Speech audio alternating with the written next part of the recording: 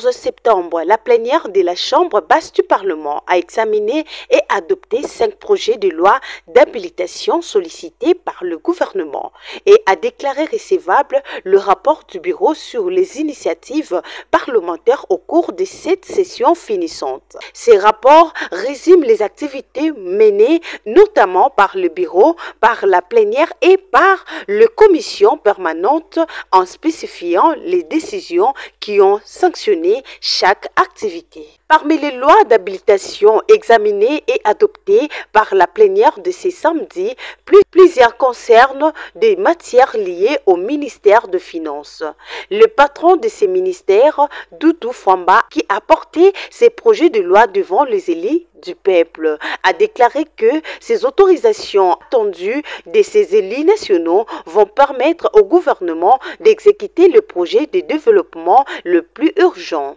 Ces projets de loi d'habilitation concernant notamment l'autorisation des ratifications de l'accord de prêt conclu entre la RDC et le Fonds africain de développement FAD, l'autorisation de ratification de l'accord de projet conclu entre la RDC et le Fonds de l'OPEP, l'autorisation de ratification de la convention de prêt syndiqué entre la RDC et le Banque commerciale pour paiement des MAG, l'autorisation des ratifications de la prise de participation de l'État dans la société Air Congo. Dans le cadre des 6 engagements de son Excellence Monsieur le Président de la République, chef de l'État, le gouvernement de la République démocratique s'est engagé à assurer plus d'accès aux services de base en faveur de nos populations, en réduisant progressivement les disparités géographiques entre les milieux rural et urbains en ce qui concerne notamment l'offre de services sociaux, c'est lié à l'approvisionnement durable des services de l'eau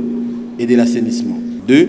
L'assainissement de la structure des prix des carburants terrestres et d'aviation pour assurer l'approvisionnement du pays en produits pétroliers.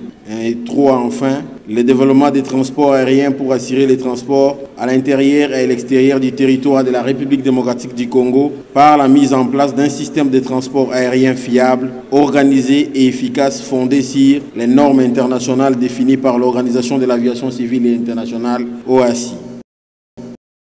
D'autre part, la plénière a examiné et adopté le projet de loi d'habilitation autorisant la modification de la loi numéro 14/11 17 juin 2014 relative au secteur de l'électricité tel que modifié et complété par la loi numéro 18/031 du 13 décembre 2018.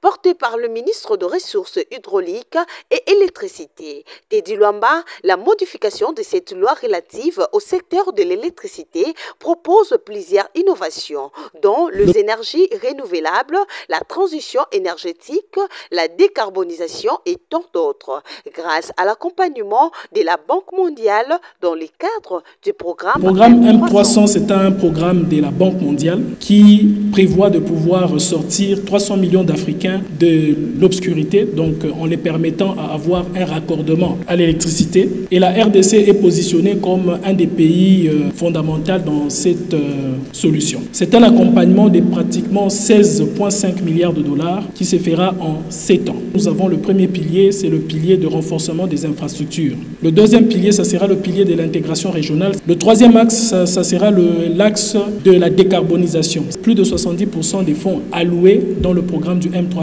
vont toucher les zones rurales. Le quatrième axe, ça sera l'axe de l'intégration du secteur privé dans l'accompagnement de ces actions. Et le cinquième axe, ça sera le renforcement des capacités de l'opérateur public qui est la SNEL. Matière à l'ordre du jour, le rapport du bureau sur les initiatives parlementaires au cours de la session budgétaire a été déclaré recevable par le député national. Dans le présent rapport présente donc les initiatives prises par les honorables députés nationaux dans le domaine législatif, d'information de la Chambre et du contrôle budgétaire au cours de la session ordinaire de septembre 2024. Ces rapports renseignent que 14 propositions de loi, dont la plupart portent sur la création des ordres, ont été faites. 39 questions orales avec débat ont été déposées, dont examinées et débattues en plénière. 46 questions écrites ont été adressées aux membres du gouvernement et 6 questions d'actualité pendant que 5 auditions ont été enregistrées au niveau des commissions permanentes.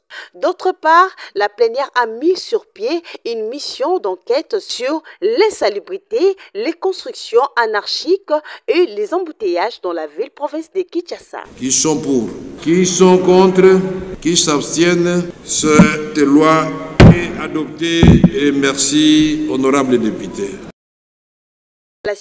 A été formulée et une motion de défiance a aussi été examinée au cours de cette session, dont la cérémonie de clôture va intervenir le dimanche 15 décembre. L'autre temps fort de cette plénière, c'est l'appel fait par le président de l'Assemblée nationale, le professeur Vital Kamerhe, aux élus nationaux suite à la motion de l'honorable Crispin Bindoulou pour soutenir le FARDC et la population victime de atrocités de la guerre imposée par l'armée.